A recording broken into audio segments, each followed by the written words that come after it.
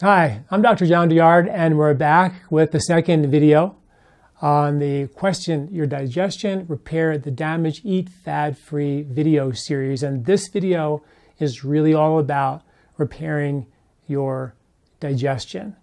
And I left the last video talking about how we got here with 5 or 6 decades worth of processed foods, indigestible fats, additives, preservatives that literally break down the digestive system, and they do that by breaking down or congesting or accumulating inside the liver and the gallbladder. If you ever did dissection, which we did in school, and you stuck your hand in somebody's liver, it is a greasy place. It's a fatty place. It's where all the fats go. They go to your liver. And if the fats aren't digestible, they congest your liver. They cause problems in your liver, and that's what happens. It's like if you can't digest your fats well, it's like not cleaning your stove for the last 20 years, and all the grease just builds up and builds up and builds up, and soon the liver can't do its job. The liver, when it can't do its job, it's directly linked to the ability for us to burn fat.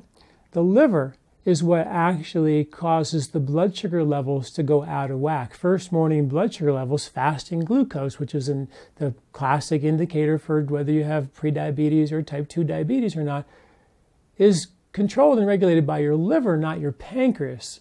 The pancreas is a secondary concern after the liver becomes congested due to these bad, congestive, indigestible fats. When you can't break down and deliver the good fats, you can't deliver the fats that your body needs to make the neurotransmitters to deliver brain chemistry stability, which we don't have. You end up with mood-related issues. And there's other concerns in that regard that I want to talk about as we dive into the third video when I talk about the symptoms. And that includes brain fog symptoms and mental clarity symptoms and of course, all types of indigestive symptoms. And then the next thing, of course, is the inability for us to be able to process fats. Inside your liver has this production of this bile, which is like a Pac-Man that gobbles up fats and fat-soluble toxins and preservatives and pesticides and bad cholesterols. It's like just Pac-Manning and gobbling and gobbling and gobbling. And if that liver becomes congested because of excess bile flow, you're going to end up in a situation where you can't gobble up the fats. So the body can't get rid of the bad fats, can't deliver the good fats, and next thing you know, we become overweight and obese as a culture. And I'm going to talk to you in more detail about how that happens. But let's just take right now, your liver has gotten congested as a result of this diet of bad fats.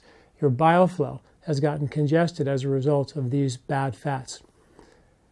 Bile, not only does it gobble up all the fats. When you eat a bunch of fatty food, the bile gets shunted into your small intestine and gobbles up more fats. It's just eating up and gobbling up fats, parasites, preservatives, heavy metals. It's just gobbling and gobbling and gobbling. If you have a lot of fiber in your diet, that bile will get attached to the fiber, and all that fiber will go to the toilet. 93% of it most of it should go to the toilet with adequate fiber in your diet.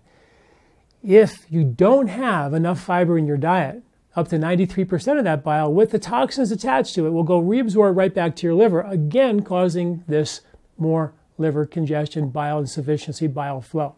And we have significant increased amounts of gallbladder disease and cholesterol removal surgeries that are taking place in the last 20 to 30 to 40 years as a result of these bad fats that have congested the major organ of digestion. The kingpin of digestion is your liver and your bile flow. And if that isn't happy, bad things begin to happen. The average hunter-gatherer ate about 100 grams of fiber per day. Average American, about 15, maybe 20 if you're super-duper healthy. That's still 5 times more fiber that our ancient human ancestors ate than we ate. And that means that fiber was gobbling up the bile, taking the bile and the toxins to the toilet, and they didn't even have a toxic world. And it also, that bile and the fiber fed all the good microbes. So one thing that you can take away from the centenarian culture, people lived over 100 years old, is they ate a high fiber diet. And the absolute best way you can get fiber in your diet, anyway, and I always say try to shoot for 50, which is a lot. I mean, try to get 100 is unbelievable, really. But 50, you couldn't do it without eating beans in your diet.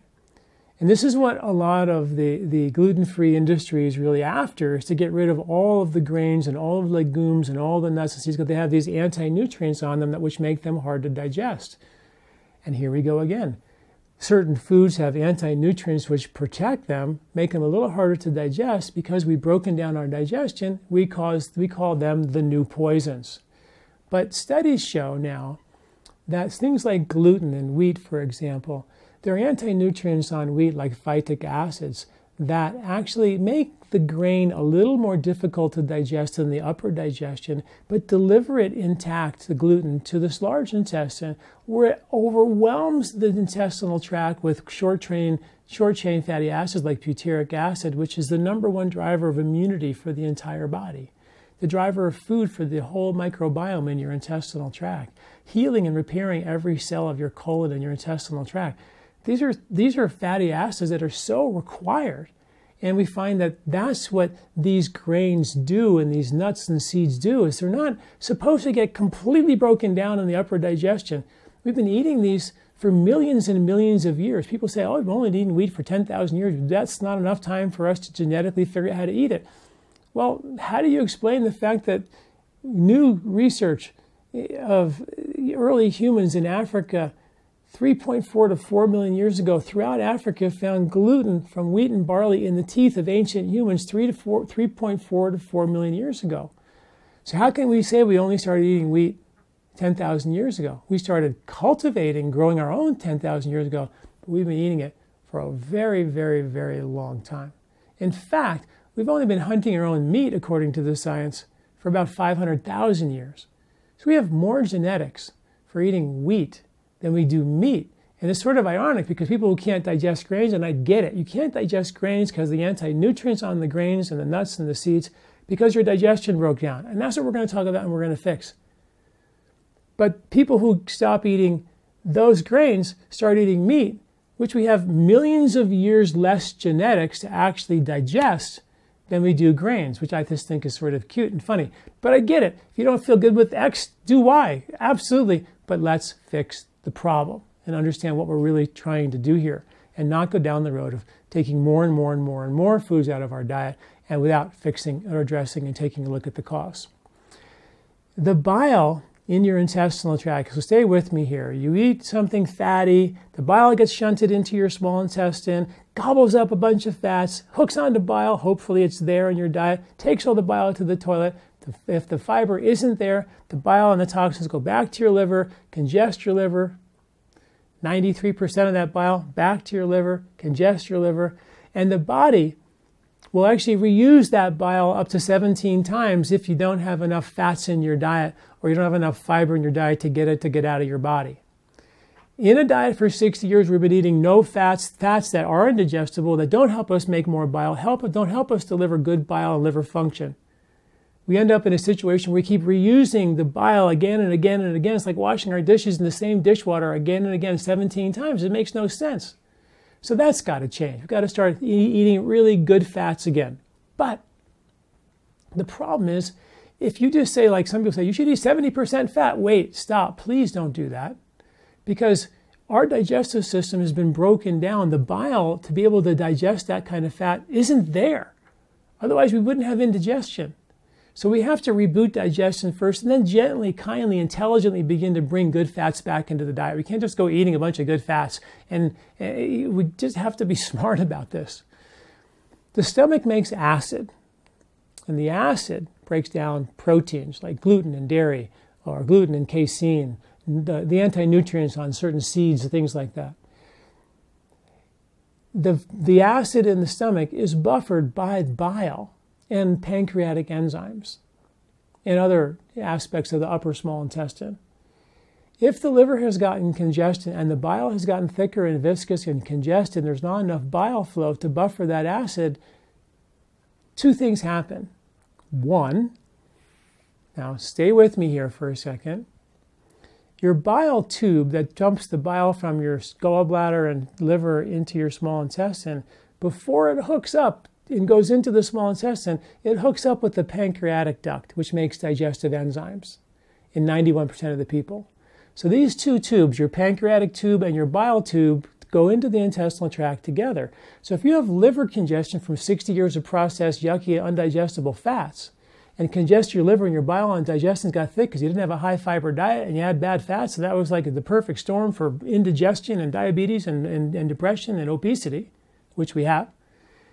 It congested the liver and the gallbladder. And now you can't deliver the bile for the fats, you can't deliver the pancreatic enzyme for the proteins, the fats, or the carbohydrates.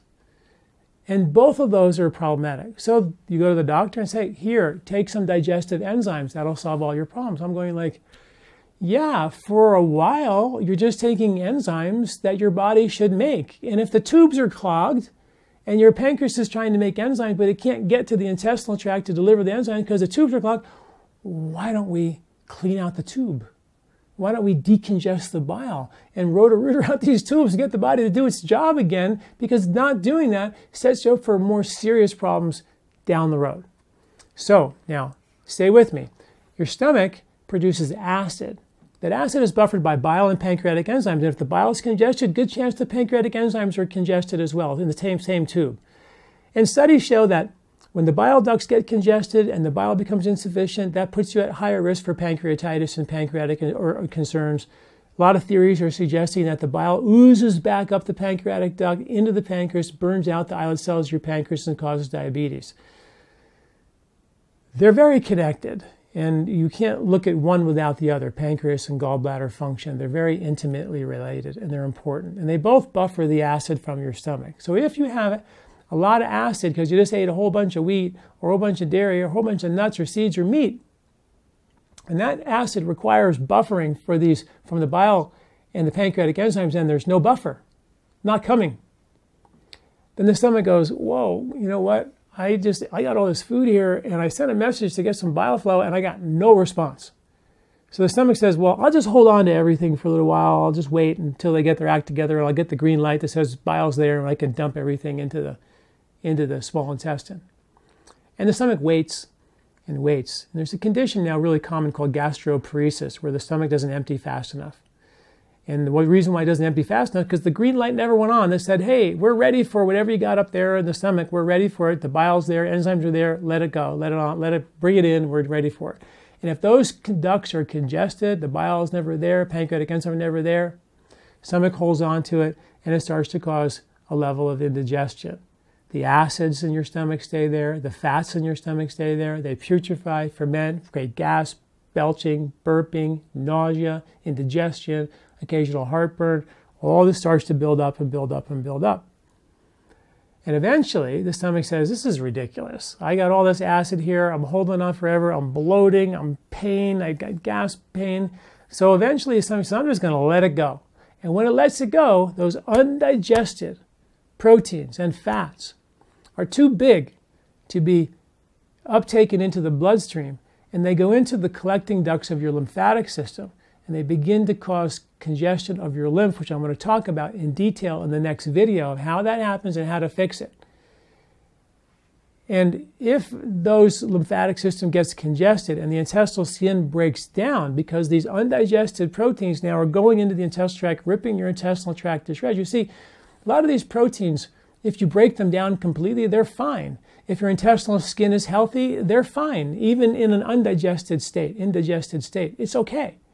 But if you keep letting waves of these foods, overeating wheat and dairy and grains every day, 3 times a day for 30, 40, 50 years, on top of cooked with processed foods that are indigestible, they're just going to slowly break down the intestinal wall on top of a diet or an environment that has been killing our own microbiome, taking out the diversity. It's a losing battle. But it's a battle that we don't have to throw in the towel. We can reboot that. We don't have to start taking foods away out of our diet. Let's reboot and fix the real cause of this. So the stomach says, you know what, I got all this acid up here, I got all this bile here. So eventually the stomach just says, I'm just going to turn the fire off. And the stomach starts to dial down its production of fire, its production of acid. And now you lose the ability to break down the hard to digest foods. And they go, now, not only in phase one, stomach holds on, says, I can't do it anymore. And I dump it in the intestinal tract, rips your intestinal tract to shreds, uptakes into your collecting ducts, your lymph, causes a host of symptoms we'll talk about in the next video. Phase two, stomach holds on and says, I can't keep this acid in my stomach too long. It's burning a hole through my stomach, causing a potential ulcer. So the stomach says, turn off the fire. Just stop producing it. Protect yourself. And the stomach stops dialing down the production of the fire. So now, not only are undigested proteins and fats and environmental pollutants and pesticides, all that stuff now, it's like an open door. It's like open borders. Everybody just comes filing through into your intestinal tract, ripping your guts to shreds, creating all types of new microbes, proliferating in your intestinal tract. And that just simply has to stop. And that's what we have to really fix. And first and foremost is fix that. How do we do it? Well, we got to do a couple of things. We got to reboot, heal, and repair the intestinal skin because it's been broken down, ripped to shreds. Number two, we have to decongest the bile ducts, increase bile flow, and we got to turn your stomach fire back on. It's not hard to do that, and I want to talk to you about how to do that. A couple of strategies for that. First of all, the intestinal skin, right? The intestinal skin can get irritated, and when it gets irritated, it starts to produce the little villi there start producing a protective layer of mucus. And that mucus can sort of bog down the ability for the intestinal skin to absorb the nutrition, detoxify you, deliver good nutrition, and sort of break down the intestinal function. And if that happens, the toxins, instead of getting processed through the intestinal skin in the appropriate manner, they get reabsorbed back through the lymphs, and that creates lymph congestion, which we're going to talk about again in the next video. I had a lady who gained a significant amount of weight, probably 60, 70 pounds overweight. And she, I saw her, and maybe 10 years later, she came back to see me, and she said, I just want to thank you so much for helping me lose the weight. And I said, well, what did I tell you to do?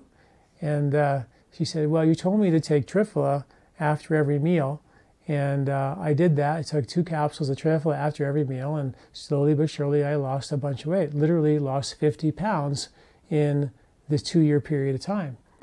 What Triphala is it's 3 fruits, and they're sort of astringent fruits, and they scrub and they clean and repair your intestinal tract. One of the herbs in Triphala is an herb called haritaki, which tones the intestinal bowel so it contracts good and eliminates better. One of them heals and repairs the skin of your intestinal wall, called amalaki. The other one, called bibitaki, actually pulls all the mucus off the intestinal and scrubs it clean. And all she did was take two capsules of that after every meal, and she slowly scrubbed the intestinal tract, and it has reparative properties, don't forget, and it started to repair and heal that. Extremely valuable for repairing and healing the intestinal skin. One of my other formulas that I love to use when people are a little more delicate and maybe need a little more first aid for the intestinal skin is a combination of slippery elm, licorice, and marshmallow root. We take those 3 herbs in a chopped form. We soak them overnight in 2 quarts of water, about 2-3 tablespoons of the mixture. And then in the morning, boil it down from 2 quarts to a half a quart. Strain it through a metal strainer, pour it in a jar. Now you have this thick, viscous tea, and you just sip that throughout the day. And it's like the Pepto-Bismol commercial, where the whole intestinal tract just gets coated with this prebiotic slime. We actually call the formula the slippery elm prebiotic formula because it actually is a natural slime for the intestinal skin. And then that's step 1 really to help get that intestinal tract supported. Once you have good fiber in there, this is soluble fiber, which is really important to protect your intestinal skin, grow the good bugs. Then you want to deliver certain types of microbes, certain types of I like what are called colonizing microbes, probiotics, for a short period of time to reboot the function of the intestinal tract. And I like a couple of them. There's one that I love, which is called bifidobacteria, which is really important for intestinal health. Bifidobacteria lactis HN019. What's emerging out of the probiotic research is specific strains that stick to and adhere to the intestinal wall and create permanent residence. In one study, this particular Bifidobacteria lactis HN019 strain actually increased the proliferation of diverse microbes by 60% in the intestinal tract. And so that's the kind of probiotics I like. Another one that I like is Saccharomyces boulardii, which is a yeast that actually knocks out those spectator bugs we talked about in the first video. So you take a combination of that, the Saccharomyces and the Bifidobacterial lactis, and now you have colonizing plus get rid of the bad guys, and you're doing that on top of the prebiotic slime. So if any bad bacteria try to proliferate, you're clobbering them and bringing them back into balance. So that's a really super easy, gentle strategy. And you can read more about that on my website, and we'll give you some links to learn more about that. But that's sort of the steps you want to do for helping repair your intestinal skin. Fiber, 50 grams of fiber per day in your diet. Like I said in video 1, how do you change the microbiology down here? You eat seasonally, and we give you, for every month of the year, grocery lists, seasonal foods, superfoods, recipes for October, November, December, January, right in your inbox. You just start getting acquainted with eating the foods that are in season, so you get the benefit of the microbiology from the food, from the right chemistry of the food. You'll notice that squirrels eat nuts and seeds in the winter, right? And they're higher protein, higher fat foods. And in the wintertime, we have science to show that the digestive strength in the body is stronger in the wintertime. Enzymes that digest wheat, for example, like amylase, increase in the body in the wintertime and decrease in the spring and the summer. And it just so happens that wheat, for millions of years, has been harvested in the fall for winter eating. And now we know that amylase, the enzyme that digests it, actually increases. So we were never meant to eat that stuff all year round, every day, 365 days of the year, 3 times a day. It was a seasonal food, like everything is a seasonal food, right? We know that the parasympathetic nervous system, which is the digest and rest nervous system, increases in the winter. That's a nervous system that says, hey, we're going to rest in the winter, shorter days, longer nights, and we're going to increase the ability to digest hard to digest stuff. We're going to increase the digestive fire, which will help keep you warm. It'll help break down the nuts and the seeds that we eat and the more protein, higher fat foods that are harvested in the fall for winter eating. And that's what we call the diet, the 3-season diet challenge, because there are 3 seasons that are growing seasons or harvests from nature. You have a spring growing season and harvest, a summer growing season and harvest, and an end of summer season, fall harvest, which is for winter eating. So there's 3, and winter is generally a dormant season. So nature, like every other cycle, has 3 active seasons and 1 resting season. So the idea is that we have a 3-season harvest. We have a winter, summer, spring harvest, and you'll get links to this from this video of the 3 grocery lists as well for winter foods, spring foods, and summer foods. But in the winter, you're going to see that a lot of the heavier, harder, warmer, rebuilding, higher protein, higher fat foods are harvested, and that's when we should eat them. In the summertime, you're going to get leafy greens and sprouts and berries and fruits. Fruits that are very cooling in nature.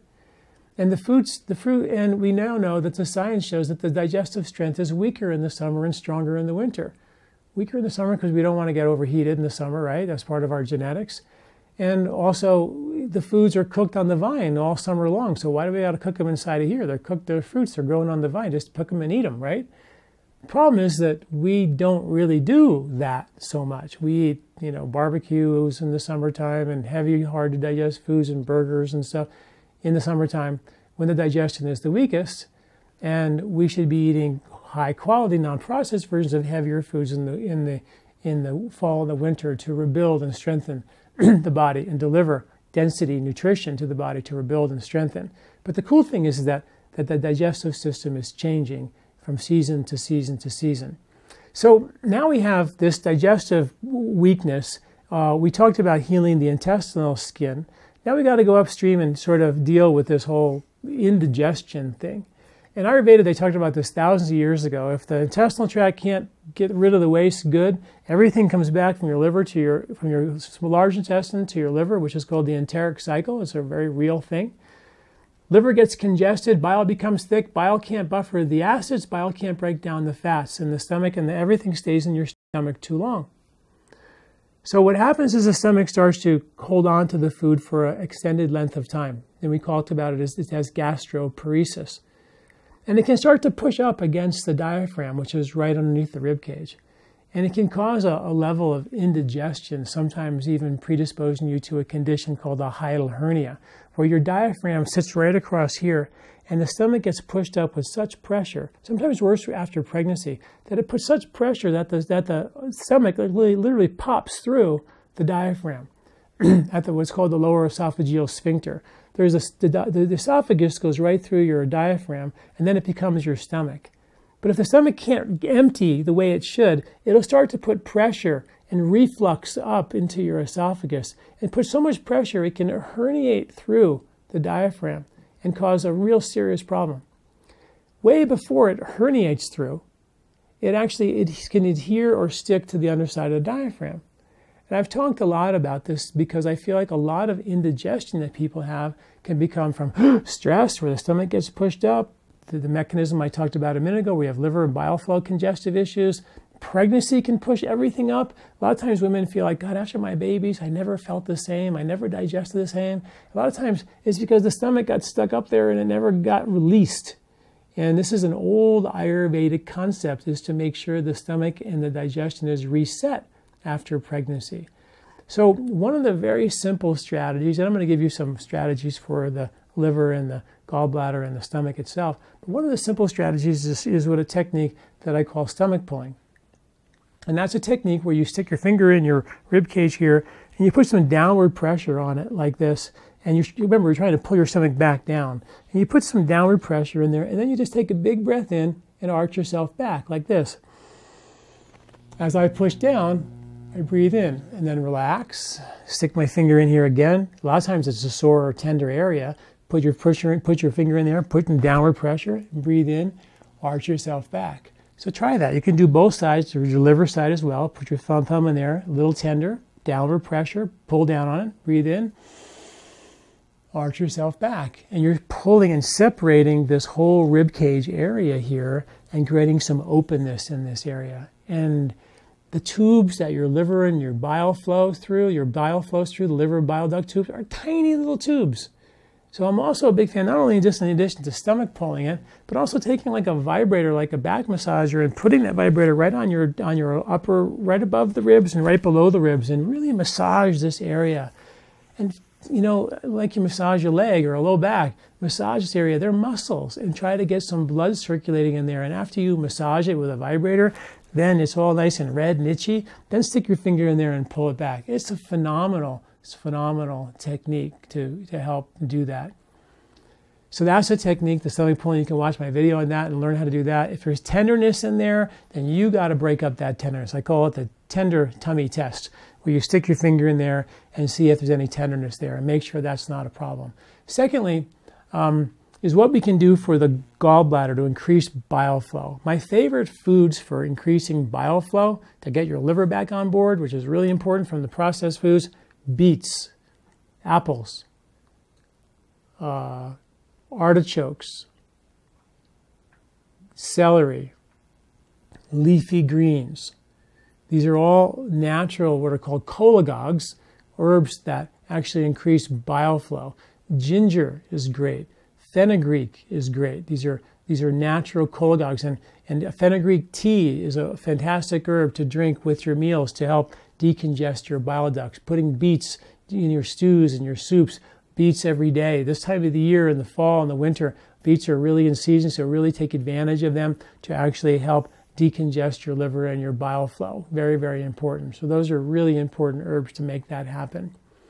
In addition, in the upper stomach, how to reboot the upper stomach. I have a formula, we call it gentle digestion. It's simple. It's 5 spices, simple spices. They're in your cabinet right now: ginger, cumin, coriander, fennel, and cardamom. 5 spices. And when you take each of those spices as an individual spice, they have phenomenal benefits to reboot digestion. When you put them all together as a group, they actually have the ability to reboot and strengthen the production of your own digestive acid, to increase the production of your own bile, your own pancreatic and duodenal enzymes, to support lymphatic drainage off your intestinal tract, as opposed to taking hydrochloric acid or digestive enzymes, which just do the digesting for you or do the enzymes for you, but never reset you to function the way you were designed. So that's another strategy to do that. So you have the stomach pulling, you have these 5 spices: ginger, cumin, coriander, fennel, and cardamom. You have the beets, the fennel, the fenugreek, the apples, the celery, the artichokes for your gallbladder. You have the slippery elm tea formula, slippery elm licorice, and marshmallow root for your intestinal skin, plus the bifidobacterial lactis HN019. You can look for that particular strain. And on my website, there's other strains that are colonizing as well. The Saccharomyces boulardii, another great agent to help knock out the bad guys. And then, of course, the triphala we talked about to sort of scrub your intestinal tract. All great strategies to help the body bring the balance back. One of the other things that happen as a result of being a lousy fat burner is we gain weight. And I wrote an ebook called The Weight Balancing Ebook, and it was based on a study I did many years ago. And it was a study where we had a group of people. I think we ended up with like 22 people. And we had to eat breakfast, lunch, and dinner, no snacks. And I met with them every week, and I said, you're going to have, breakfast, lunch, and dinner, no snacks. That's all I'm asking you to do. And I said, if you have, Twinkies for breakfast, you're not going to make it to lunch. You got to eat something healthy for breakfast to get to lunch, something healthy for lunch to get to supper. Otherwise, you're going to crash and burn and bonk. And most people have situations where they feel like they need to eat a meal and a snack and a meal and a snack and a meal and a snack. And when you eat a meal and a snack and a meal and a snack, you burn the meal and a snack and the meal and a snack. And then you want to go to bed at night. You go, okay, we're going to go to sleep now, and we're going to sleep for 8 hours. And the body goes, wait, I get fed every 2 hours. And now you're asking me to go to sleep for 8. I have a feeding schedule, and I need to be fed every 2 hours. So you wake up in the middle of the night. When you eat a meal and a snack and a meal and a snack to get through the day, your body will burn the meal and the snack. It would be a breakfast and an apple, and lunch, you're going to burn the apple as opposed to burning your fat. You have breakfast and nothing to lunch, you burn your fat. How you reset fat burning in your body is to give your body a reason to burn fat. So if you have breakfast, nothing to lunch, you're going to burn fat from breakfast to lunch. You have an apple in between, you're going to burn the apple.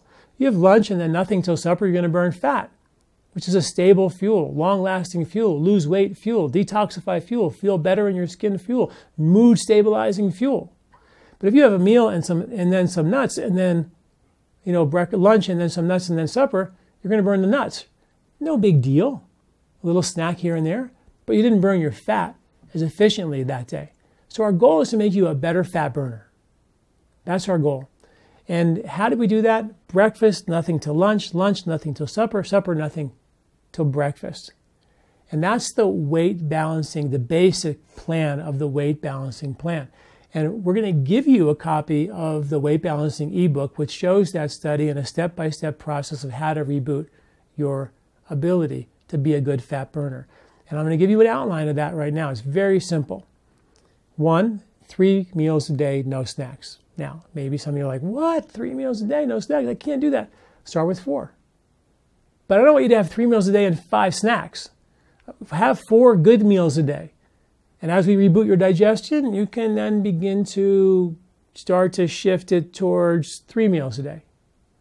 And after a while, 3 meals a day, no snacks. I always say make lunch bigger. Relax when you eat your food. Drink lots of water in between meals. And if you do that with 3 meals a day, soon you're going to realize that if I eat a bigger lunch, I'm not that hungry at supper time. So you can begin as step 2, make supper a little bit smaller, a soup or a salad. And then eventually you start to feel like, I'm good with a really good lunch and a really big lunch and a really smaller supper. I'm really good with that. And then you're going to realize that, hey, you know what? I'm not even really that hungry for supper, so maybe you have a breakfast and then a good-sized lunch and then an earlier supper before 6 o'clock at night. It's really good to do in the winter because it's dark at 5:30. So having an earlier supper is really easy. And then after a while, you go, God, I'm not even hungry at supper. I just had a big lunch. I don't really need it. So I ask you 3 as step 4, the final step. You skip supper 4 to 7 nights per week. And now you're fasting from that big lunch all the way till breakfast the next day. Fasting 17, 18, 20 hours a day. That's huge. Now your body's forced to burn fat the entire way. So we slowly make you into a better fat burner. Studies show conclusively that we do better when we don't eat. Cells make more energy. They live longer when we don't eat. When we starve the cells of the body, they do better, to a point, obviously. But when we eat too much, it's devastating. Studies on calorie restriction, where we eat 30% of the food that we eat regularly, and one survey showed that Americans eat 100% of the food that they actually need. Then we go ahead and eat another 100% of the food we don't need. And if we just reduce that extra 100% by 30%, we lose weight, body mass indexes decrease, cardiovascular risk, longevity. The most amazing health indicators are found with calorie restrictive diets, 20 to 30% reduction of just simply the food that you eat. Powerful change, blood sugar, body fat, all kinds of things, mood, stability. The science is just phenomenal. So starting to think about being a better digester means that you're not hungry as much. You don't eat as much food. I had a guy, he was 528 pounds when he first came to see me. Big, big guy. And I said, Dick, I want you to do one thing. We eat a really a breakfast, a really big lunch, and I said, nothing for supper. I said, if you're hungry at supper time, it's because you didn't eat a big enough lunch. And he looked at me like I was crazy, and he said, oh my God, you're crazy. I said, yeah, I said, just eat whatever you'd eat for lunch and a good breakfast and nothing for supper. He called me back 3 days later. He goes, this is the most amazing thing. You know, I'm up at night watching movies, eating popcorn. I just can't stop eating at nighttime. I'm not even hungry. I had such a big lunch. I go, I do go to an Italian restaurant. I order like 4 entrees. Is that okay? I'm like, yeah, it's okay. As long as you don't have supper, you're good. You know, as step one, it was good. He lost 68 pounds in 3 months just by doing that. He got from 528 pounds down to 325 pounds. He's 6'4", big guy. At 320, he looked great. A lot of it is, you know, there's 3 factors when we talk about eating our food. And this helps a lot. It's part of our circadian concept that we talked about in lesson 1. How you eat, when you eat, and what you eat. We talked a little about what you eat, seasonal foods. Really important to get those bugs at the right time of the year in the right season. How you eat, take time, relax, eat your food. We talked about the parasympathetic nervous system is the digestive nervous system.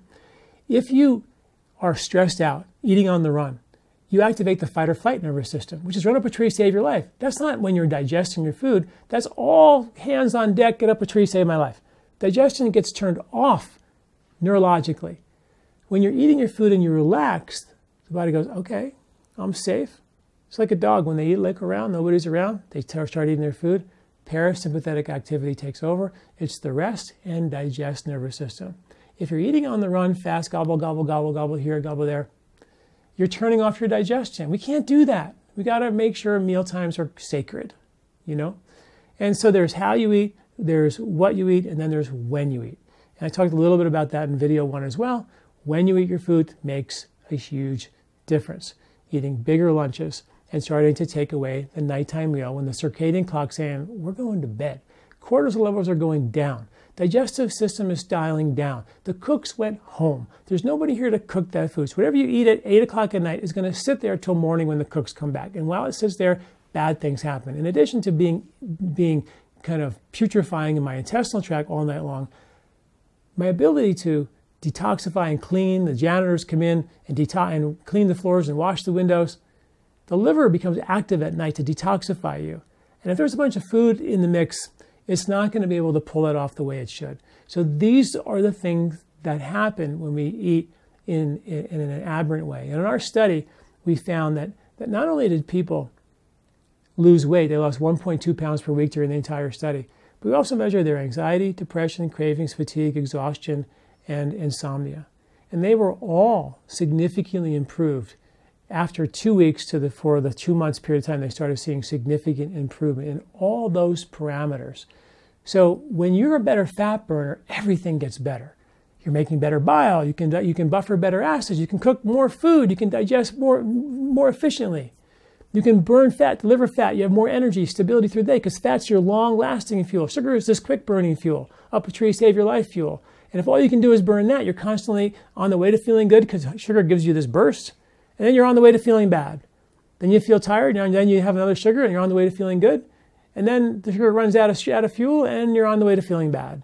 Then you crave some other sugar sweet, and you're on the way to feeling good. And most people in their life find themselves self-medicating themselves with food or coffee or chocolate or sugar or sweets or chips or whatever to get them on the way to feeling good. And then they're quickly on the way to feeling bad, on the way to feeling good, on the way to feeling bad. And the amount of time we're actually feeling good is so short-lived, where when you burn fat, you're just feeling pretty stable all day long. You're just like boring. It's just like, I'm feeling good. I'm not hungry. I don't need anything. I'm good to go. And that is what we've lost. We have become a culture of sugar eating and sugar burners and lousy fat burners. And it stemmed from the processed food industry diets in the industry that really changed our diet. And now we have to dig out of that. So we're going to avoid the processed foods. We're going to reboot digestion and bring the body back into balance. So those are some good strategies. I'll give you the weight balancing ebook. You can read that as well as for enduring my lectures and listening to me. You get that for free. So it's a really cool concept to understand how to get the weight off and how to reboot fat burning. And I always say these weight balancing ebooks, we call it the weight balancing ebook. It's not about losing weight. It's about getting your body to function the way it was designed, not some crash weight loss course. And we were designed feast or famine. We could make it days without food, and now we can't make it hours. And that's got to change. And that's what we're trying to accomplish, and that's what the weight balancing ebook is all about. So in this course, in this video, we've talked about how strategies to reboot digestion, liver function, bile flow, stomach acid, how to turn it back on, heal the intestinal skin, how to get your body to lose weight. Lots of really cool tools there as well. And then in the next video, I'm going to talk to you, and this is maybe my favorite video of all, the symptoms. How do the symptoms manifest, and what can we do to get rid of the symptoms and decongest the lymphatic system in a real powerful way and bring the balance back so we don't have the symptoms that are making us think that it's the foods we eat and kind of misdirecting us away from treating the cause to doing, again, what we do so well, which is just address the symptoms. And I want to help us stop chasing symptoms, reboot cause, and at the end of the day, be self-sufficient. So the second half of your life, you're feeling fantastic. So please leave some comments. I'd love to hear what you think about this video. I'd also like you to tell me, what would it be like for you? I'd like to hear your story. What would it be like for you to be a great digester? What would it feel like if you didn't have any digestive imbalances? Because that's where we're going. And that's what I'd love to hear and get your feedback on that. Thanks for listening. Stay tuned for my next video on the symptoms and how the lymphatic system can wreak massive amounts of havoc in our body and how we can unravel that and all the new science that goes along with that. Thanks for listening. I'm Dr. John Douillard. This recording is brought to you by LifeSpa, where ancient Ayurvedic wisdom meets modern science. Get access to free health video newsletters by Dr. John at lifespa.com. These statements have not been evaluated by the FDA. These products are not intended to diagnose, treat, cure, or prevent any disease.